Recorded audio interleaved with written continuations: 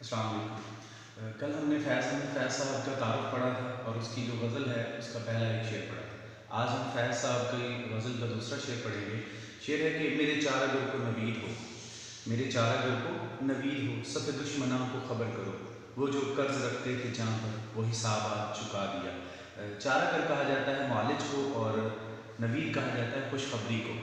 صف دشمنوں کی صف کو کہا جاتا ہے حساب چکا دینا، مطلب حساب برابر کر دینا۔ تو شاعر کہتا ہے کہ میرے چار اگر کو خبر ہو، جو میرا معالج ہے، جو میرے علاج کرنے والے ہیں، جو میرے دوست احباب ہیں جنہوں نے ساری عمر میرا علاج کیا، ان کو جا کے یہ خوشخبری سنا دو کہ تمہاری مشکلات آج حل ہو چکی ہیں۔ کیوں کہ تم جس کا علاج کرتے تھے وہ آج اس دنیا سے جا چکا ہے۔ اور ساتھ ہی ساتھ شاعر کہتا ہے کہ میرے جو دشمن ہیں ان کو بھی اس چیز کی نوید سنا دو، خبر بتا دو کہ آج جو تمہارا دشمن ہے، جو تمہاری جو جان کا دشمن تھا، آج اس نے اپنی جان لے کر کیا ہے اپنا حساب برابر کر دیا۔ تو شاعر کہتا ہے کہ عاشق کا کام کیا ہے، قربان ہو جانا ہے اپنے محبوب پر۔ تو جو فیض صاحب ہیں ان کی جو غزلیں ہیں ان میں زیادہ تر آپ کو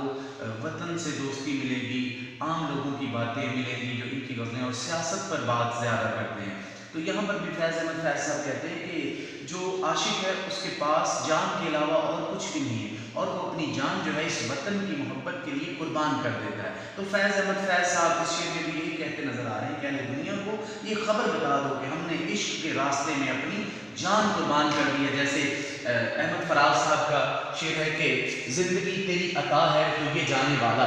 زندگی تیری عطا ہے تو یہ جانے والا، تیری بخشش تیری دہلیز پر دھر جائے گا، تیری بخشش تیری دہلیز پر دھر جائے گا۔ کہ جو اس زندگی سے جب رخصت ہونے کے بعد اس زندگی میں ہمیں جو کچھ دیا اس کو کیا ہے اسی دہلیز پر ہی دھر کے چلا جائے گا۔ فیض صاحب ساتھ ہی ساتھ چارہ گر کو بھی یہ خبر کر رہے ہیں، جو ان کا علاج کرنے والے ہیں ان کو بھی یہ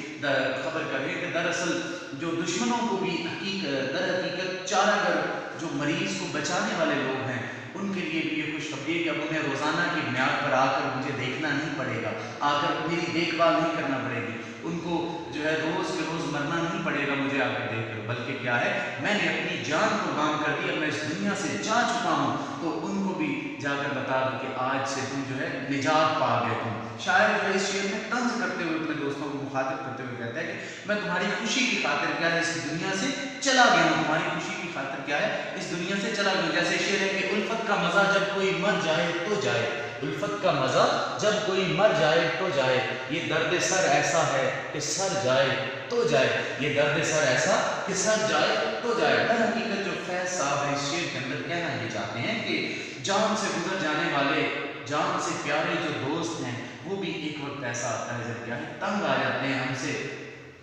ان کے لیے چیز ہے کہ یہ باعث مسرت ہی ہے کسی کو آ کے دیکھ لینا، کسی کے پاس کچھ لمحوں کے لیے رک جانا، لیکن ان کے لیے بھی کبھی کبھار یہ چیز جو وبال جان بھی بن جاتی ہے۔ تو شاید اپنی موت کا خود مرثیہ کہتے ہوئے اس بات کی حقیقت بیان کر رہا ہے کہ زندگی سے زیادہ اپنے مقصد کو جو ہے عزیز تر رکھو۔ جان کیا ہے، اس جان کی کیا بات ہے، جان پانی جانی ہے، اس جان کی کوئی بات نہیں ہے، لیکن اپنا مقصد پیارا ہوتا ہے، اپنی ہر چیز جان سے بھی زیادہ عزیز ہوتی ہے۔ جیسے شاعر نے کیا خوب کہا ہے کہ جو تجھ بن نہ جینے کا کہتے تھے، جو تجھ بن نہ جینے کا کہتے تھے، سو اس عہد کو ہم وفا کر چلے، سو اس عہد کو ہم وفا کر چلے۔ تو اس شعر کا جو مین اگر آپ مفہوم کی بات کریں تو وہ یہی ہے کہ دشمنوں کو بھی خبر کر دو اور میرے دوستوں کو بھی خبر کر دو کہ آج اس نے اپنی جان قربان کر کے کیا ہے ہمارا حساب برابر کر دیا۔ شعر نمبر 3 ہے کہ کرو کچھ جبیں پہ سر کفن، کرو کچھ جبیں پہ سر کفن، میرے قاتلوں کو گمان نہ ہو، میرے قاتلوں کو گمان نہ ہو کہ غرور عشق کا بانک پن پس مرگ ہم نے بھلا دیا۔ تو کچھ کہا جاتا ہے ٹیڑھا پن، کچھ کیا ہوتا ہے جو ایک سائڈ سے جب ہم سر پہ کیپ کرتے جو فوجی کیپ ہے یا جو پولیس والے جو کیپ کرتے اس کو پرانا وقت تھا تو ایک سائڈ پہ ٹیڑھا کر کے رکھتے تھے، کچھ کہا جاتا ہے ٹیڑھے پن کو، اور جبین کہا جاتا ہے ماتھے کو، اور سر کفن کہا جاتا ہے کفن کا جو کنارہ ہے، کفن کا جو کونا ہے، اور پس مرگ کہا جاتا ہے مرنے کے بعد۔ تو شاید کہتے ہیں میرا جب میں مر جاؤں تو میرے مرنے کے بعد جو میرا کفن ہے اس کا ایک جو کونا ہے اس کو تھوڑا سا ٹیڑھا، جب آدمی مر جاتا ہے تو اس کا جو فیس ہے ایک سائڈ پہ چلا جاتا ہے، ایک سائڈ پہ آ جاتا ہے، لیفٹ یا رائٹ سائڈ پہ ہو جاتا ہے، تو وہ کہتا ہے کہ جب مجھے کفن کے اندر لپیٹ دیا جائے تو کیا ہو اس کفن کا ایک جو کونا ہے، ایک جو سائڈ ہے، اس کو کھلا رکھا جائے تاکہ جو میرے چہرے پر جو وجاہت ہے، جو بانک پن ہے، جو شوخی ہے، وہ نظر آئے۔ کیوں کہ جو میرے دشمن ہیں وہ یہ چاہتے تھے کہ اس کو ہم، اس کی جو شوخی ہے اس کو ختم کریں،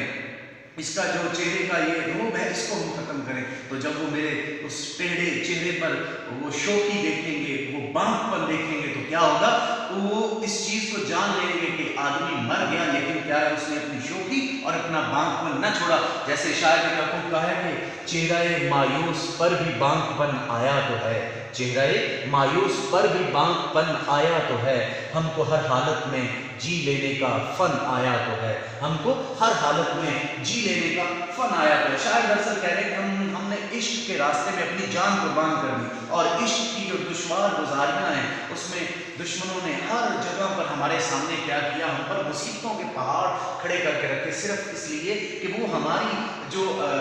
بانک پن ہے، وہ جو ہمارا وجود ہے، وہ جو ہمارا روح و دبدبہ ہے، اس کو ختم کریں۔ وہ ہماری آنکھوں میں ڈر دیکھنا چاہتے تھے، لیکن ہم نے کیا کیا، ساری عمر اس چیز سے دور رہے۔ ہم نے نہ کبھی خود پر وہ ڈر آنے دیا اپنے چہرے پر، اور نہ ہی کبھی وہ ڈر کسی اور جو ہے اپنے حرکت سے اس کو جو ہے ظاہر ہونے دیا۔ تو شاید کہتے ہیں کہ در حقیقت فیض کے، در حقیقت جو ہے نا لکھنؤ کے بانکے، ان کا یہ انداز ہوتا تھا کہ وہ سر پر ٹیڑھی ٹوپی پہن کے رکھا کرتے تھے، تو اپنے سر سے کفن کا ایک سرا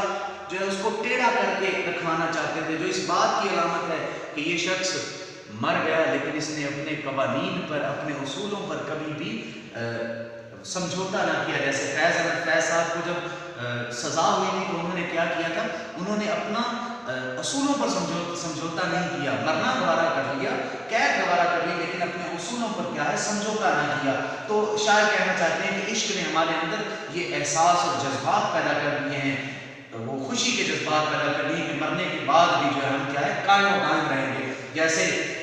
غرور گل بدن قائم رہے گا، غرور گل بدن قائم رہے گا، یہ اپنا بانک پن قائم رہے گا، یہ اپنا بانک پن قائم رہے گا۔ تو ہمیں زندگی میں بڑا ہی پیارا اور اعلیٰ اور مقاصد کے حصول کے لیے جان دینے والے تختہ دار پر کیا ہے وہ لٹک جاتے ہیں، لیکن اپنی زندگی کو کبھی بھی کسی کے آگے جھکاتے نہیں، مسکراتے ہوئے وہ کیا ہے، پھانسی کے پھندوں کو وہ گلے سے لگا لیتے ہیں۔ جیسے کلیم احسان بٹ صاحب کہتے ہیں کہ رات بھر ظلمتوں سے لڑتے رہے، رات بھر ظلمتوں سے لڑتے رہے، ہے یہی زندگی چراغوں کی، ہے یہی زندگی چراغوں کی۔ تو جو اس شعر کا جو مین بات ہے وہ یہی ہے کہ شاعر کہتا ہے کہ جب میں انتقال کر جاؤں، جب میرا وصال ہو جائے، تو میرا جو چہرہ ہے اس پر اس کو ٹیڑھا کر کے کفن کا جو کفن ہے جو اس کو تھوڑا سا سائڈ پہ رکھیے گا، تاکہ لوگوں کو پتہ چل سکے کہ جو میرا بانک پن ہے، جو میرا شوخی ہے، وہ کیا ہے، گئی نہیں ہے۔ تو شعر نمبر جو 4 ہے وہ ہے کہ ادھر ایک حرف کے کچھ نہیں، ادھر ایک حرف کے کچھ نہیں، یہاں لاکھ عذر تھا گفتنی، یہاں لاکھ عذر تھا گفتنی، جو کہا تو سن کے اڑا دیا، جو کہا تو سن کے اڑا دیا، جو لکھا تو پڑھ کے مٹا دیا، جو لکھا تو پڑھ کے مٹا دیا۔ کچھ نہیں کہا جاتا ہے قتل کے لائق، یعنی اس کو مار دینا کسی کو کچھ نہیں، قتل کے لائق کو کہتا ہے، اور عذر کہا جاتا ہے بہانے کو، اور گفتنی کہا جاتا ہے گفتگو کرنے کے لائق۔ تو شاعر کہتے ہیں کہ جب قید کر دیا گیا تھا فیض احمد فیض صاحب کو، تو ان پر ہر چیز کی پابندی لگا دی گئی تھی، نہ تو یہ باہر خط لکھ سکتے تھے اور نہ ہی یہ کوئی اور بات کسی سے کر سکتے تھے، ہر چیز پر پابندی لگا دی گئی تھی۔ تو شاعر کہتے ہیں کہ مجھے اپنی صفائی کہنے کا موقع نہ ملا تھا، میرے دشمن صرف ایک ہی بات کہتے تھے کہ یہ شخص کیا ہے، واجب القتل ہے، یہ شخص مرنے ہے، اس شخص کو مار ہی دیا جائے تو بہتر ہے، کیونکہ یہ شخص جو ہے ہمارے لیے وبال جان بن کے بیٹھا ہوا ہے۔ تو جیسے شعر بھی ہے کہ ہم بھی منہ میں زباں رکھتے ہیں، ہم بھی منہ میں زباں رکھتے ہیں، کاش پوچھو کہ مدعا کیا ہے، کاش پوچھو کہ مدعا کیا ہے۔ اور شاید کہتا ہے کہ اس کے چاروں طرف زباں بندی کا دستور ہے، ہر طرف کیا ہے، اس پر پابندیاں لگا دی گئی ہیں۔ وہ کسی کو خط بھی لکھتا ہے تو کیا ہے، وہ اس خط کو کہیں پہنچا نہیں سکتا۔ جیسے جیل خانوں کے اندر ہوتا ہے نا کہ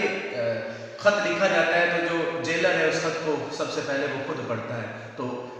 فیض صاحب بھی جب اپنے دوستوں کو یا گھر میں خط لکھتے تھے تو کیا ہے، وہ خط بھی لوگوں تک پہنچنے نہیں دیا جاتے تھے۔ تو وہ کہتے ہیں کہ اگر وہ تحریر کہ اگر وہ تحریر کے ذریعے کسی کو کوئی بات کہنا چاہتا تو اس کی تحریر کو بھی کیا ہے مؤخر کر دیا جاتا، ختم کر دیا جاتا، اس کی تحریر کو بھی مٹا دیا جاتا، اور اگر وہ کسی سے کوئی بات کرنا چاہتا تو اس بات کو بھی کیا ہے ختم کر دیا جاتا۔ تو کہتے ہیں راول نے سازش کیس میں ان کے ساتھیوں کے ساتھ یہ ہوا، تو پھر اس کے بعد انہوں نے کیا ہے اپنے جو باتیں ان کو ویسے اشعار کی صورت میں قلم بند کرنا شروع کر دیا، تو انہیں ہر حال میں سزا دینی ہے، خواہ وہ مجرم ہیں یا نہیں ہیں۔ تو اس شعر کے اندر اگر ہم حوالہ جات کی بات کریں تو اس میں اگر ایک آپ کو شعر بتایا، اس کے بعد